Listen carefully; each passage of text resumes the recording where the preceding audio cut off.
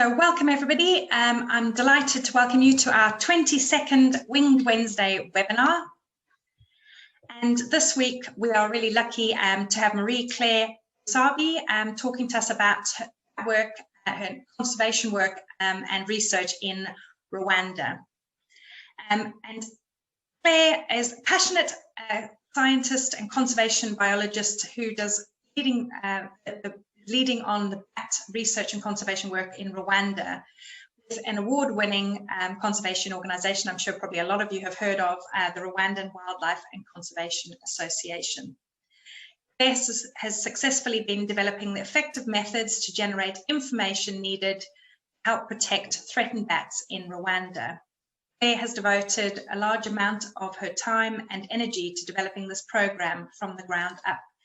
And including working with volunteers and training volunteers and carry out field work in a highly challenging conditions, and leading also community outreach activities and developing conservation strategies based on the results of this work. And I'm sure you'll all agree this is, really important, especially at the current time. Claire studied her bachelor's of Wildlife and Aquatic Resources Management at the University of Rwanda, and then went on to receive her master's in the Natural Resources Ecology Management and Conservation at Mbarara University of Science and Technology in Uganda. Before she joined RWCA, Claire was an independent researcher, and she has worked on a whopping 68 rivers belonging to the Congo basin on the Rwandan side, assess the water quality and identify macro-invertebrate diversity. With the BAT project, and some of her main duties are to identify and quantify ecosystem services of them and their habitats. And her dream come true would be to see 100% of people changing their negative attitudes towards bats, as well as recognizing the value of bats and their environment. So without further ado, over to Claire. Thank you, Claire. Thank you. Hi everyone, my name is Claire and I hope you enjoy my talk today. Let me start sharing my screen.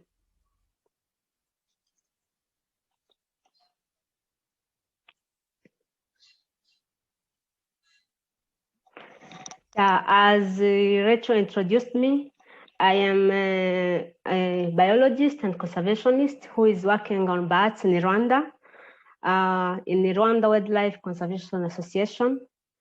Rwanda Wildlife Conservation Association is an organization whose the mission is providing multidisciplinary approaches to critical conservation issues in order to create sustainable solution.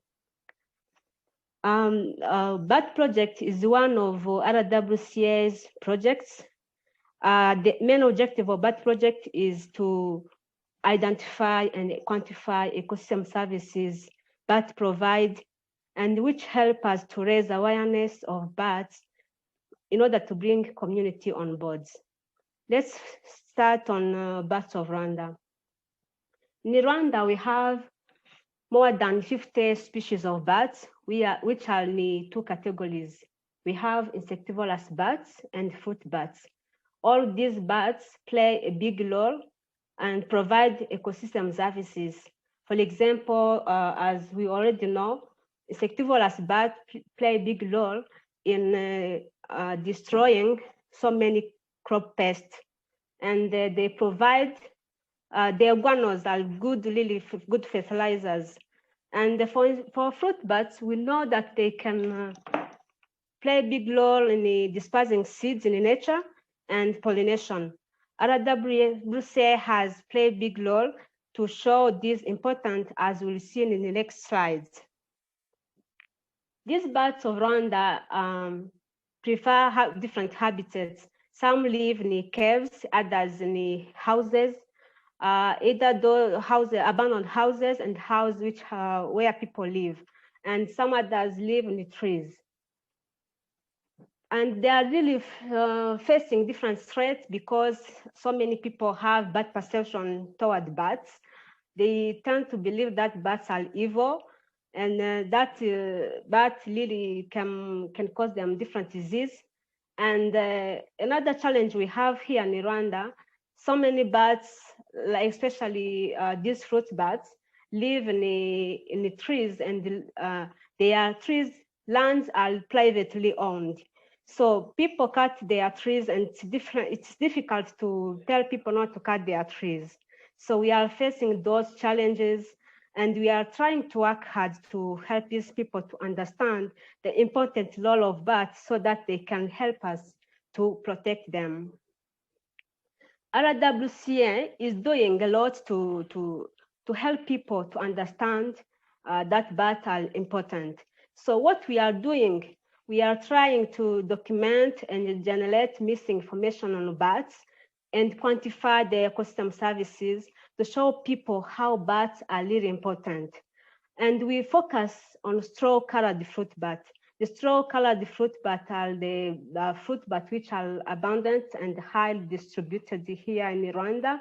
They live in towns, and we are trying to count their numbers and collect information about the habitat they prefer. So we have recruited so many people on different colonies who are going to help us to count these bats. So when we are trying to show the important role of bats, we try to go to field and show people the evidence that bats are really important. For example, for fruit bat, we have been setting different traps to collect fecal material of fruit bats, and we collected different seeds. And so far, we have collected different species of seeds, 6 different species. And those seeds, we go and we germinate them. And after germinating them, and we plant different trees. And we call people to help us to plant those trees while we are explaining them that those seeds will come from bat poop.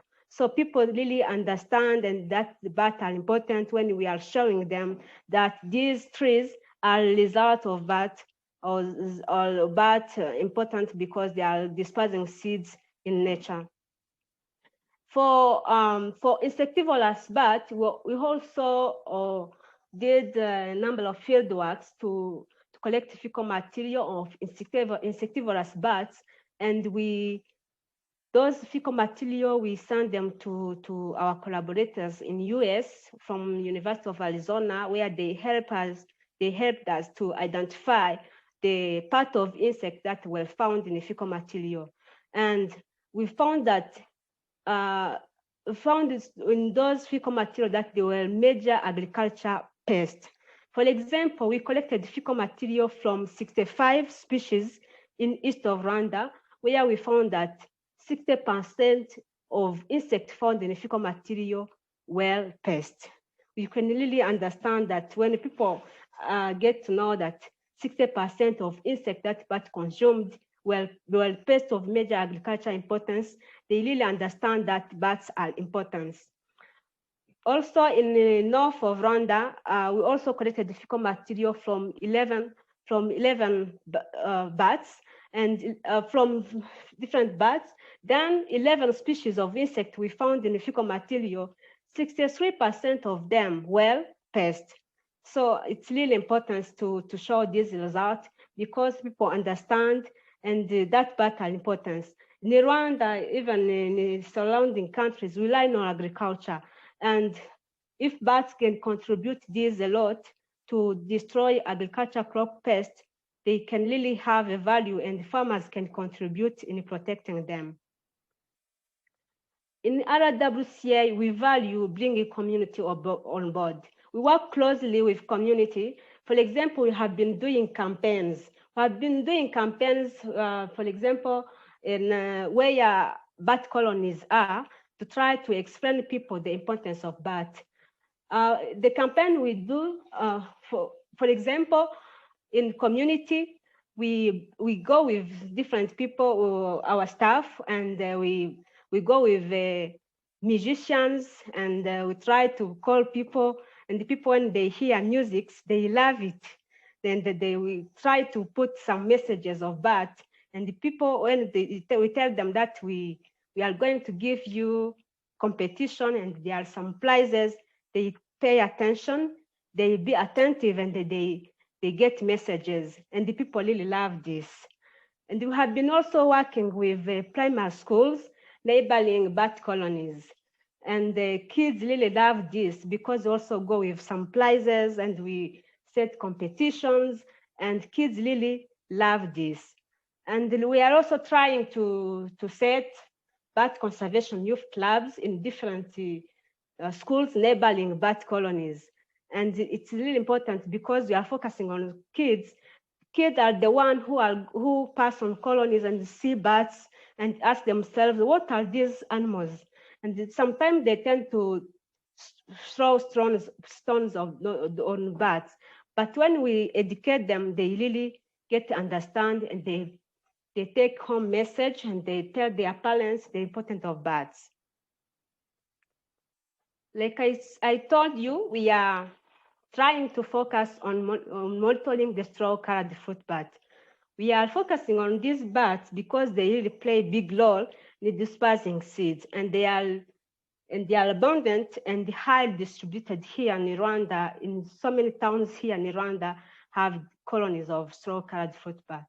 So when we are doing this, we do a direct count for monthly count, and so far we have 12 colonies in different regions of Rwanda. And we have been counting since 2018 to 2019 up to now, and we found that bats, well, we counted, there have been fluctuation among colonies and across the country, and we have been finding that bats were ranging between 7,000 to 59 something. So you can understand that we have so many number of straw-colored fruit bat. This is a map where you can find different colonies of straw-colored fruit bat, and they are highly distributed in the town and near water body, especially Lake Kivu and Lake Muhazi. Like I said, we value bringing community on board. So we recruited 9 conservation champions. These are people who are found on key bat colonies. They are helping us to count the Edron helvum, to do monthly count. This is important because, like in this time of COVID-19, we have been having travel restrictions. So these people can help us while they are on the field and on their home to count Edron helvum. So these people, we gave them smartphones and we put cyber tracker so that they can be able to record information and send them to us. They are also reporting any illegal activities that are at the colonies, such as cutting down trees and throwing stones on birds, or putting fire or smokes and so on. And it is really good because these people understand the importance of bats. For capacity building, we also trained 31 boat drivers guides who works at Napoleon Island. Napoleon Island, it's a big island which is located in Lake Kivu in west of Rwanda. And this island has about 50,000 of straw-colored fruit bat. So these boat drivers and guides are the ones who take tourists to that island to enjoy the nature and to view bats. And before we trained these guides, they were throwing stones to impress tourists to see bats flying in the sky. And they could not understand the importance of bats. Now, after training them, these boat drivers really changed their attitude and really got to know the importance of bats. We are also tracking the movement pattern of straw-colored fruit bat. We have been tracking the bats, straw-colored fruit bats, using GPS tags, and we found that some bats travel to Tanzania, others travels to Burundi, others travel in different colonies in country. So we are trying to understand when bats go and where they go, because we have been asking questions. Because these bats migrate, we have been asking ourselves, when do they go and where do they go? So we are trying to understand when these bats go and where they go. In our work, we also did surveying bats in buildings in east of Rwanda. It's really, this is something which is really hard to understand because so many people in east of Rwanda live with bats. In 748 houses we surveyed, nearly 50 of them have bats.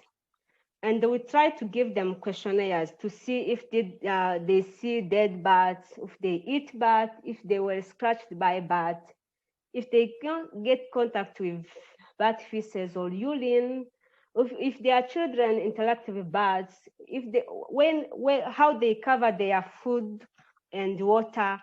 And we can see that so many people really responded that they were scratched by bats, they have seen dead bats, they get in contact with feces or urine, and their children interact with bats.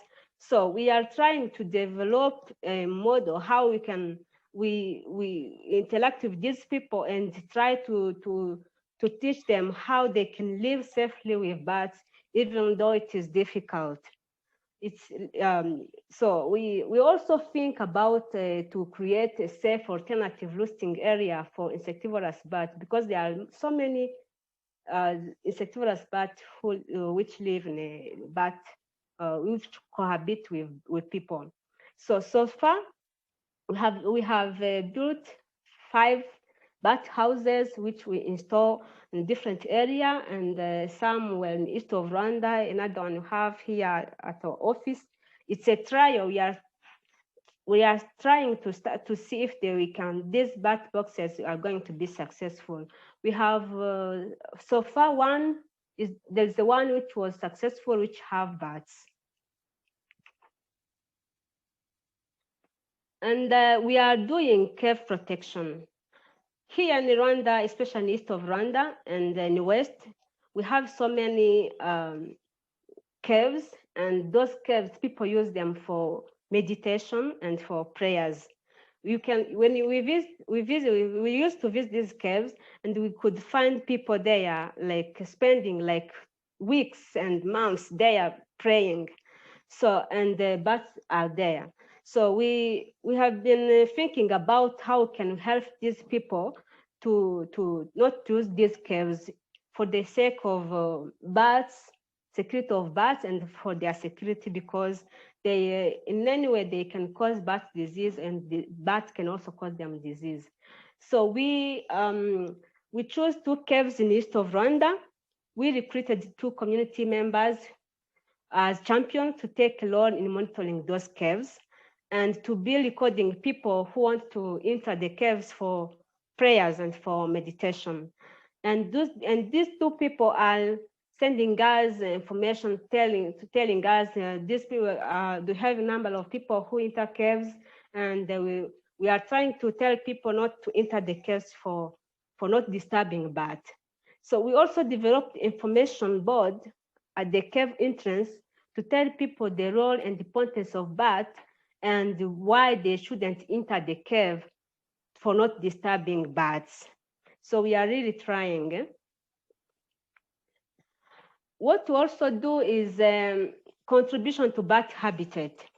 Like I said, we have been collecting fecal material from fruit bats. So those seeds, when we germinate them, we plant those trees. So we call people to help us to go and plant those trees, because we value that when communities on board, they really understand the value what they are doing. So far, we planted 2,550 trees, near a colony in Rwanda of straw-colored fruit bat, and 163 of seedlings were those grown from bat poop. I thank you very much, and I'm really grateful to Bat Without Borders, and thank you for organizers and for speakers and for everyone. And we are really also grateful to our donors. Without their support, this work wouldn't have been possible. Thank you. Great, thank you very, very much, Claire. And so if anybody wants to ask a question, you could either put it in the chat, or if you would like to unmute yourselves, you can also do that. I actually have a question. I'm really interested. How did you get into bats? What sparked your interest? Oh, thank you very much. And like you said in my bio, I used to work with macro-invertebrate. Then in 2015, I learned about the long importance of bats, and I was really interested. Then when I heard about this organization in 2018, I immediately got interested and applied. And like I was selected to work with bats. That's fantastic. I mean, it really is very inspirational, the work you're doing, and I'm sure we've already got some really nice comments coming in and some questions. So we have Varsha said, "Wow, thank you." Do the GPS tags affect the bat mobility or their flying pattern? Actually, these GPS tags are really small. They have like a small grams. So when we were tagging, we're considering grams of GPS tags and grams of bats, so that they cannot really affect the flying of bats. Okay, great. And yeah, we have a nice message saying, "Wonderful presentation, Marie Claire. Good luck, Dr. Albert." And Quincy, who's from Grenada, and he's one of our regulars who comes to all these, he said, "Great job." And Lee from South Africa said, "Well done, great talk." And Rwanda, brilliant, great ideas. And Helen, also from Zambia, said that she really enjoyed the talk. And Dr. Albert says, "Your presentation, audio, visual, and the hands-on knowledge, you speak with such passion and commitment. So salute from forever for your scholarship," which is great. Hope to see you again, South Africa and Canada. So that's really fantastic. I mean, one of the things, I guess, have you seen a change in time since kind of the sort of COVID-19 hit, of just because of the misconceptions in media of how have attitudes, do you think, in Rwanda changed towards bats negatively, or are you finding people actually, defending bats a bit more? Yeah, actually, during COVID-19, people got scared because there were so many rumors that bats are causing COVID-19.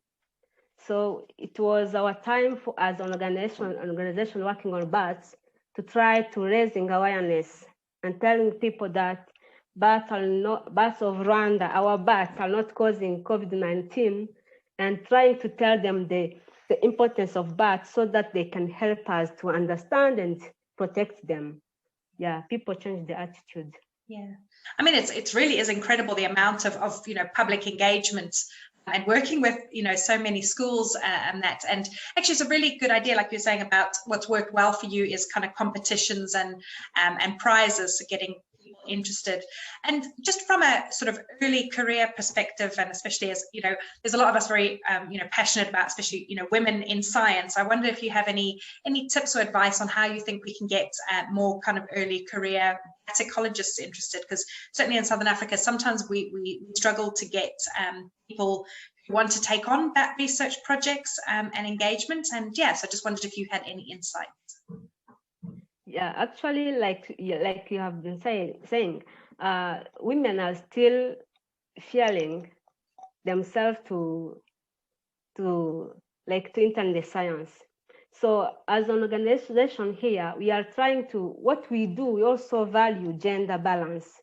We are working closely with women, and I myself, I am in the association with Women in Science. So we motivate them and we tell them that we are able, we can do this, and we are really, helping them. Yeah. I mean, I know you obviously have an incredible amount of biodiversity in Rwanda anyway, but I was really quite surprised at how many households actually have bats in. So do a lot of people, want to get bats removed from the house? Because I know certainly we've had issues in Southern Africa with, the pest control industry going in and sort of illegally poisoning bats. And I just wonder if you have you worked with a pest control industry, or is it more training people to humanely remove bats, or have you had success in trying to get some homeowners to leave bats in the house? Actually, I wanted to hear if there are other people here who can either advise us, or who are facing same challenges with like us. Some, like I said, so many people have bats in their house, and it's a challenge because living with bats is difficult. So we have been advising how they can live safely with bats, but still it's difficult. It's difficult, yeah. I know we have Helen and Bernard here from the Bats in Zambia project, and they have definitely done a lot of work. I know Bernard goes out and does a lot of home visits, talking to people. So I don't know. Helen's just saying that they struggle with the same issue. Certainly, I lived in South Africa and Namibia, and also Malawi, and we've had the same thing. Some people are, even with fruit bats, don't want them, foraging in the garden and eating fruit. So I don't know, Helen or Bernard, if you have, or anybody else, if you'd like to kind of chip into the conversation or add anything in the chat about any issues about working with, and Quincy is saying he's had the same problem in the Caribbean. So I know a part of GBATnet, we were actually talking about trying to get a group together to actually, to look at issues where we could try and help support each other. So that's definitely an issue. Yeah, I can just jump in there very quickly just to say that what I've found is helping a little bit is social media, and getting onto farming and building Facebook groups and things like that, where people often ask the question, how do I get rid of bats in my house? So we are getting better known. So people are tagging us in those sorts of posts now so that we can respond to them really, really quickly.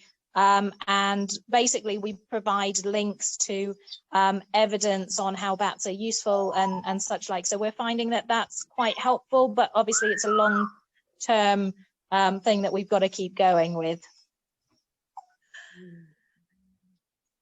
Absolutely, and I think also, I don't know if Helen or Claire wanted to mention, I don't know, or Bernard, obviously it might depend also. I know certainly Helen has been chatting a bit about it, also sometimes can depend on the species too. I think I know from colleagues in South Africa, definitely molluskids are causing more of an issue because there can be, quite high numbers in the roosts and sometimes can be quite smelly.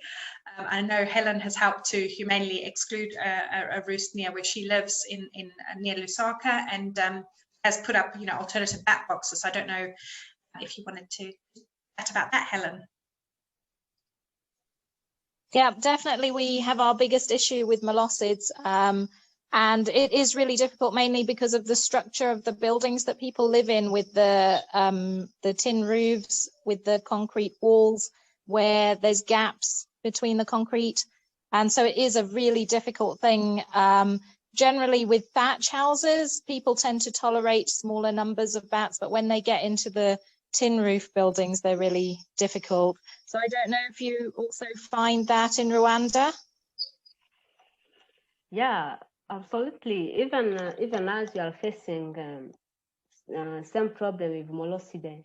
So and we are trying to tell people, you will correct me if I'm wrong, but yeah, I try to tell people when they see bats leaving in evening, when they are going for foraging, they can try to see the openings where they are passing.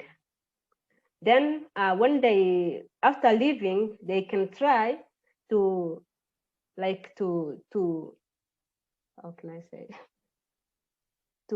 They can try to close it up. To close those openings. And they can do the same approach, like tomorrow, to try to get rid of bats, and those bats will go and maybe occupy forest around. Yeah, we ask people to do a similar thing, but we're a little bit cautious. Obviously, in places like Rwanda and Zambia, we don't have the resources to go out to every single house, but we're a bit cautious when in breeding season, so that people don't block babies inside the houses. So we try and get people at least to ring us and have a proper discussion with us before we advise specific things, and also checking the species. So maybe I can send you some information on what we tend to broadly advise, and then maybe it might help you with your discussions, and you might have some ideas for us as well. Thank you. That's wonderful. I'll put you guys in touch, and Kate is just saying, actually, and they have, from the KwaZulu-Natal Bat Group in South Africa, they have tried to train pest controller operators to handle bats correctly.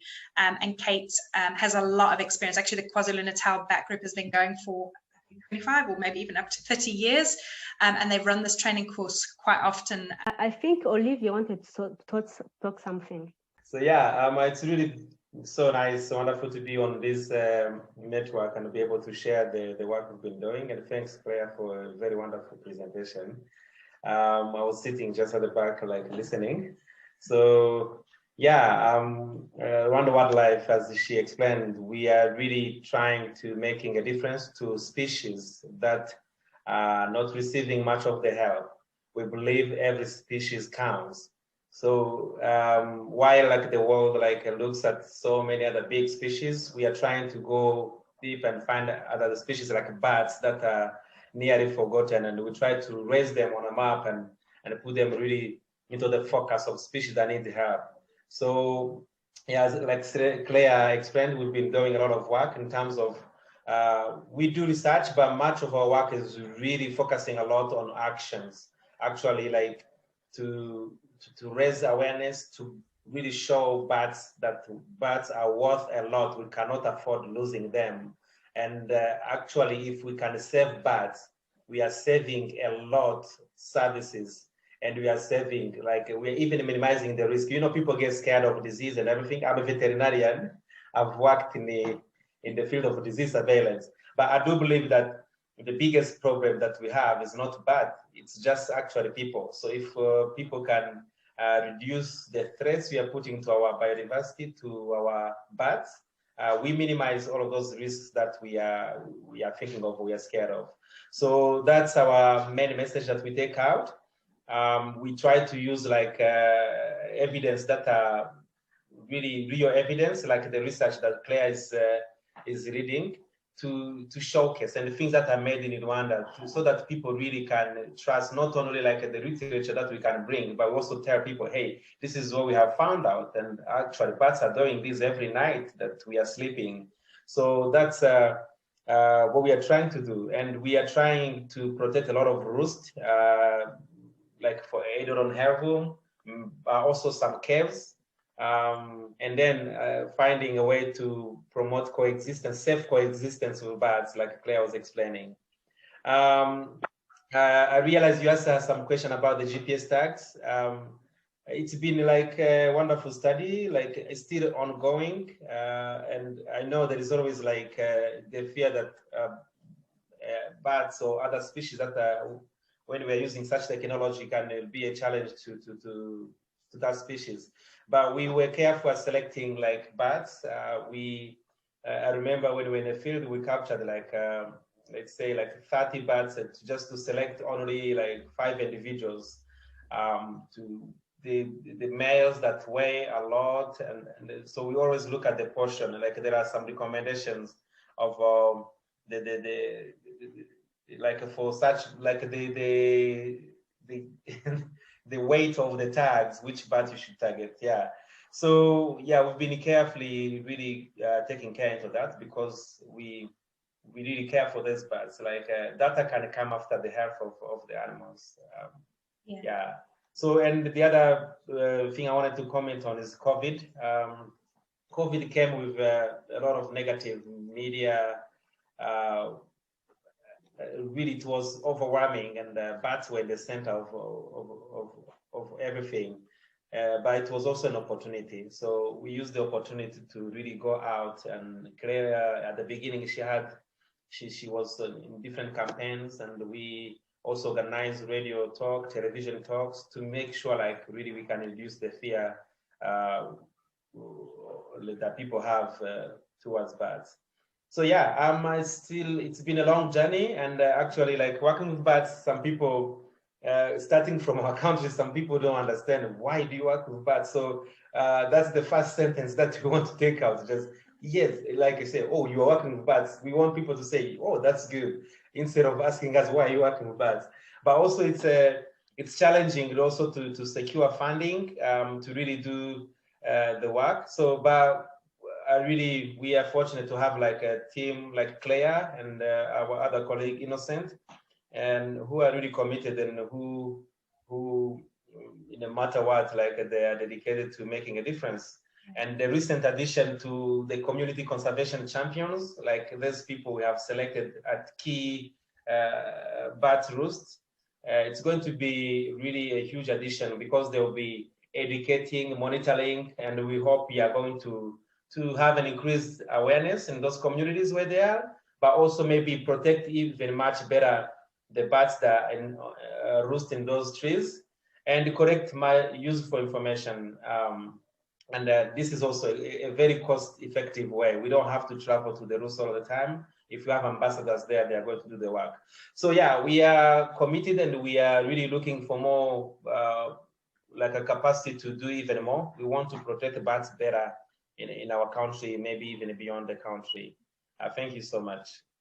That's fantastic. And I think, yeah, also just to add also onto the sort of tags, like Olivia said, you know, obviously they're appropriate to the size of the bat, but also they've actually been trialing, you know, snap collars, so they don't stay on, they do snap off. So it is a, you know, sort of a window kind of shot of what's happening, and the data that they can collect from that really helps them actually better inform conservation actions, which is really vital if we don't understand where these bats are traveling. And they are a near threatened species, and numbers are believed to be declining quite considerably, and we just don't know very much about that. So I know that you guys are trialing the Icarus program, one of the first Eidolon ones on the Icarus satellite, which is very, very exciting. For the first time in Rwanda is leading the way on this as well, which is wonderful. So we have another question from Mairie saying, do you have any reports of rabies in bats? We take that one. We haven't had any reports of rabies, and actually, I worked for 5 years for the PREDICT project, and we're doing surveillance of zoonotic disease. And among the viruses we found in Rwanda, I think we haven't found the rabies viruses in the bats of Rwanda. And Rona has a question saying, how do you try to persuade private landowners not to fell their trees? So if you're trying to, you know, get them to not chop them down, it can be quite hard, I suppose. Do you want to answer that one, Claire? Like, it's really tough. It's tough. We have failed many times. Like sometimes it's important also to recognize the failure. Like it's really hard to convince someone not to cut their trees, or if they want to harvest, or if they have a different plan. So we have, for example, many roosts where bats, like for Eidolon and helvum, and most of them they are in urban areas and they are in private land. So it's been really hard, like people cut trees without warning, without anything, without consulting us. You go back and you find like the roost is gone. We tried with the government to even write official letters, to write to all of those places where we know there are bats. And for the, like, some of them, they ignore it. So we are trying so many ways, and I think in the future, we are trying to create mimic some other areas, possible places that we can grow. Maybe in the future, hoping bats will move in those areas. So our restoration project is targeting that. Like, we can create some micro habitats for species like bats. But in the meantime, we also try to think if we ever get like access to donation to funds where we can secure habitats for some bats, like negotiate with the landowners and see if we can actually buy or have conservation agreements where we can provide some benefits, but at the same time, then the people commit to protecting those rules. We are trying also to secure some of the land that are owned by the government. There is one special island that is in one of the lake, and it's really home to over 50,000 header on helvum. And we are in the process of asking the government for management of this island and to make sure, like, tourism activities, like Claire said, and the other activities that are happening are not a threat to bats. So we are trying different ways. But yeah, it's really hard to protect bats like a header on helvum. Yeah, I remember when I was met you in Rwanda, you were actually talking about that site. So it's great to see how much you've actually done, and you know, the training and getting ambassadors. That's a really lovely way forward. But yeah, like you say, getting the land management would be fantastic as well. So Varsha said it's really amazing that you've been able to involve communities in bat conservation. How do you really encourage people be conservation champions? Do you provide their training, and how do you select them? And this is such a great initiative to adopt. I think this is one approach that the RWCA organization has, not only for bats, but for also other species. So we have realized that in those, you know, bats and other species we work with, they are out of protected areas. So they are in places where they are constantly interacting with people. And we realize if we are going to really succeed, we have to have people on board. Like we can make a big team in a capital city, sit in office, but at the end of the day, we cannot be everywhere.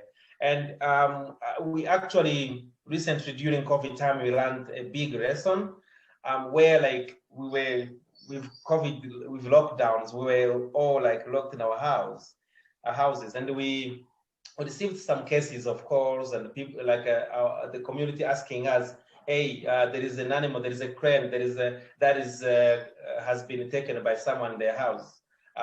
We usually rush out and go and confiscate these animals. We use our vet scales, everything, but this time we're not able.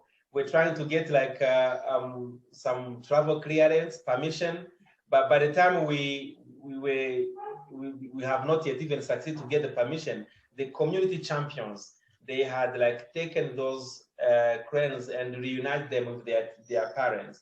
So there is a huge power and a huge advantage of having people like those in the communities. So this is an approach that we use, and we have over 120 people now that are working for RWCA as community conservation champions and rangers to protect, to monitor, educate local communities, but also collect enough data for us. So the way we engage these people, like we have an advantages of understanding these communities. So when we go to the communities, we always like run some informal chat. We try to see who has the most interest in the biodiversity. We talk to people, and some people really get interest. They come to us with questions, and then after that, we say, actually, would you be interested to become an RWCA conservation champion? And when they respond yes, we then engage the process of like a training. We give them a lot of training, really to tell them, first of all, what we do, our mission, and then how their roles, how we want them to help. And we empower them with tools like, whenever we can, binoculars, smartphone with this application, Cyber Tracker, that they can collect data and send it to us in real time. We give them uniform, ID card, really to give them that kind of power and knowledge. So we also then, like every month, we raise funds to give them like a ticket to enable them to go to the field to do the kind of work that they do. So it's been really, really, really nice, and we are actually wanting to increase this number to 300 people in the next 5 years. So it's a big mission, and we want community to be at the forefront. We want to genuinely engage communities so that even when we are not around, even if we can all go for holiday, there are people out there doing something for biodiversity. And yeah. And so Quincy has a question saying, I'm not sure if this question has been asked before, but does the government of Rwanda help or provide any assistance for this great project? Definitely, yes. The government of Rwanda is the one that allows us to officially operate. So we have an MOU, and every single activity that we are implementing, they are aware of it and they support it. So it's been actually wonderful to really have their go ahead and support. And whenever we need even special permits, special, they are always, the conservation department is always really ready to support us. So it's a great advantage that we have. Excellent. And Claire, going back to your research, I was just also wondering, Olivier, Quincy just said excellent, thanks for that answer.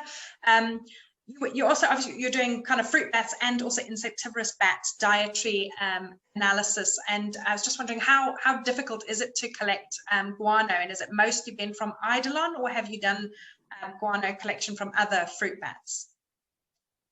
For fruit bat, we did mostly for straw-colored fruit bats, but also for Epomophorus. But we were focusing for straw-colored fruit bats. And it wasn't difficult because we're setting traps beneath trees, and when bats were coming from foraging, we could collect fecal material, fresh fecal material. Yeah. Yeah. And do you have a preference of the kind of field work you like? So for example, I absolutely love caves, so that's my favorite thing. I know Helen in Zambia, she's doing her PhD on agricultural landscape, and she loves working on farmland and she does a lot of ecosystem services like yourself. So I just wondered if you have a preference of the kind of field work you like most. Yeah, absolutely. I also like working on fruit bat, especially straw-colored fruit bat. Okay. Yeah. I know we've done a little bit of work with the Max Planck in Zambia, and I must admit they are, and also we tried to catch some in Malawi, and they really are very difficult, we found, to catch. But it seems like you guys are quite the experts on Eidolon for sure. How long has the Eidolon project been running? It seems like it's been quite a while you've been involved in Eidolon. Yeah, the bat project started in 2018. So we have been doing all these research and conservation actions since 2018. Yeah. Excellent. So I think we've come to the end of any questions, but if Claire and Olivier have anything more to say, I would also recommend, please do, the Rwandan Conservation Wildlife Association is on Twitter and on Facebook, so please do follow them. They do fantastic work, and you can find out more about what they do, and I'm pretty sure everybody here will agree you guys are an absolute and utter inspiration, and it's really great to see this fantastic, the depth of your work, but your clear passion for bats. And it really is iconic, and we're very proud to have a project like this in Africa for sure. I don't know if you guys have anything else to say, but feel free to if you want to say anything else. I just wanted to say thank you for everyone for coming over in my talk, and thank you for Without Borders for organizing this event, and thank you, Rachel, for contacting me. I'm really grateful. Well, we look forward to hearing more to come. You really are quite a whirlwind in conservation, Claire. It's been a real pleasure having you. Yeah, thank you. All right. It's a great privilege for RWCA to be able to play such a role, and we are committed to continuing making a difference for birds in Rwanda and in the region in general. So yeah, please everyone do stay in touch, and let's support each other and share any knowledge, any experience to how we can better protect our birds. Yeah, thank you.